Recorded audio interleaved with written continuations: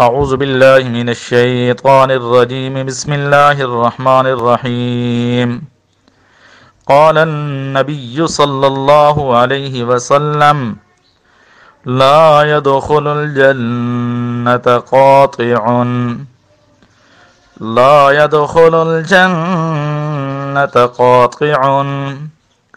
لا يدخل الجنة قاطع لا يدخل الجنة قاطع۔ اللہ کے رسول صلی اللہ علیہ وسلم کا ارشاد ہے،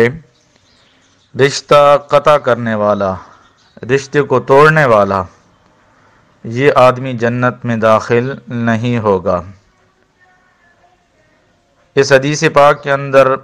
رشتہ داری کا تعلق ہے کہ رشتہ داروں کے ساتھ جو آدمی تعلق کو توڑ دیتا ہے، تعلق کو قطع کر لیتا ہے، بول چال ختم کر لیتا ہے،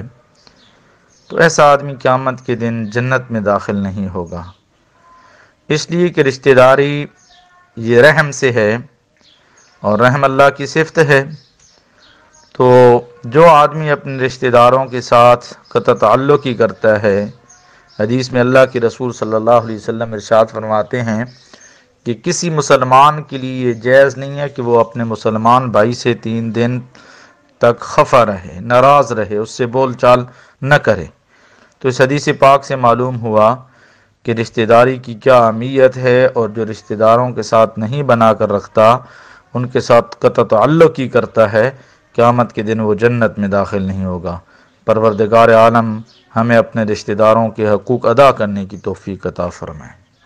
نعم الجليس مدى حياتك